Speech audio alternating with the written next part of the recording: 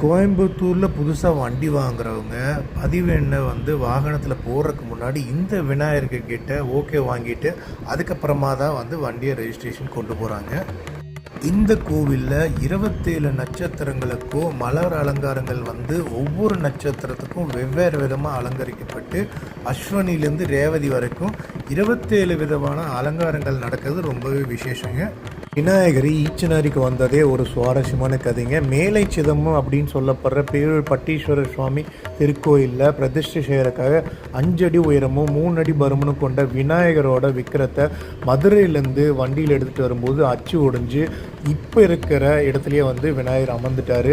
அவரை கொண்டு போகிறதுக்கு முயற்சி பண்ணும்போது அது முடியலைங்க. காஞ்சி சங்கராச்சாரியரோட அருள்வாக்கப்படி இந்த சிலை இப்போ இருக்கிற கோயிலே பிரதிஷ்டை செஞ்சுருக்காங்க. இந்த கோயில் 480 ஆண்டுகளுக்கு முன்னாடி உருவானதுங்க. ரொம்பவே சிறப்பான கோவில்.